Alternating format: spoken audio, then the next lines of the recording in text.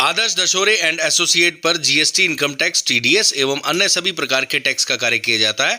इसके साथ साथ 31 दिसंबर 2021 को इनकम टैक्स रिटर्न भरने की आखिरी तारीख है। आदर्श दशोरे से आप अपना इनकम टैक्स रिटर्न फाइल करा सकते हैं। दिए गए नंबर पर संपर्क कर सकते हैं अथवा रामेश्वर रोड पर मिलन टेंट हाउस के पास स्थित ऑफिस में भी जा सकते हैं। मध्य प्रदेश के खंडवा के अधिवक्ताओं ने खंडवा कलेक्ट्रेट में पहुंचकर खंडवा कलेक्टर अनूप कुमार सिंह को ज्ञापन सौंपा।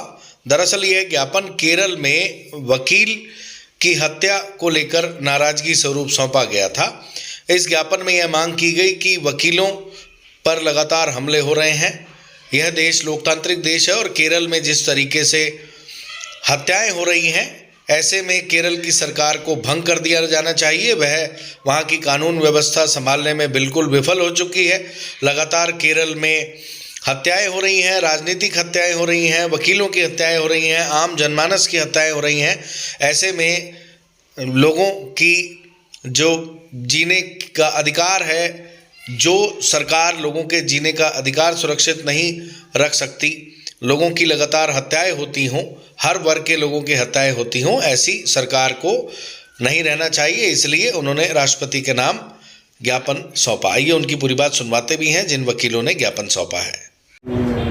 देखिए, केरल राज्य के अंदर जो सत्तारूढ़ दल है, वो दल अपने विरोधी जो राजनीतिक कार्यकर्ता हैं, नेतागण हैं, उन पर अपने कार्यकर्ताओं के माध्यम से जानलेवा हमला करवा रहे हैं। आप देखेंगे रणजीत श्रीनिवासन जो कि पिछड़ा वर्ग के राष्ट्रीय मंत्री, प्रदेशीय महामंत्री थे और वकील भी थे, और वे भारतीय जनता पार्टी से जुड़े हुए नेता थे, कर्मठ कार्यकर्ता थे। उनके घर में घुसकर उनकी निर्मम हत्या कर दी गई। और ये एकमात्र वाकया नहीं है। इस प्रकार से लंबे समय से भारतीय जनता पार्टी के कार्यकर्ताओं पर, नेताओं पर, राष्ट्रीय स्वयंसेवक संघ के कार्यकर्ताओं पर जो जानलेवा हमले किए जा रहे हैं, इनकी हत्याएं की जा रही हैं। और बल्कि ये गुंडा तत्वों को राज्य सरकार का जो आश्रय है, उनकी पार्टी के जो कार्यकर्ता हैं, उनके द्वारा हमले किए जाते हैं। इस प्रकार का जो माहौल केरल सरकार राज्य में बना हुआ है, वो निश्चित तौर पर अराजकता का माहौल है। कानून व्यवस्था का वहाँ पर ना होना और राज्य सरकार का ऐसे तत्वों को अपनी ओर से प्राश्रय देते हुए इस प्रकार का हमला कराना, अपने राजनीतिक विरोधियों को इस प्रकार से निपटाने की जो कार्रवाई राज्य सरकार के बिना तले हो रही है, ये अपने आप में बहुत ही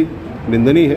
हमने राष्ट्रपति महोदय के माध्यम से, कलेक्टर महोदय के माध्यम से राष्ट्रपति महोदय को ज्ञापन प्रेषित करते हुए मांग की है कि ऐसी जो कानून व्यवस्था को अपने गुंडा तत्वों के हाथों सौंप कर अराजकता का माहौल बनाई हुई सरकार है, उसको भंग किया जाए। इसको लेकर ज्ञापन हमने आज सौंपा है विधि प्रकोष्ठ के अधिवक्ताओं ने। आपका नाम बताइए। देवेंद्र सिंह यादव, एडवोकेट। धन्यवाद। धन्यवाद।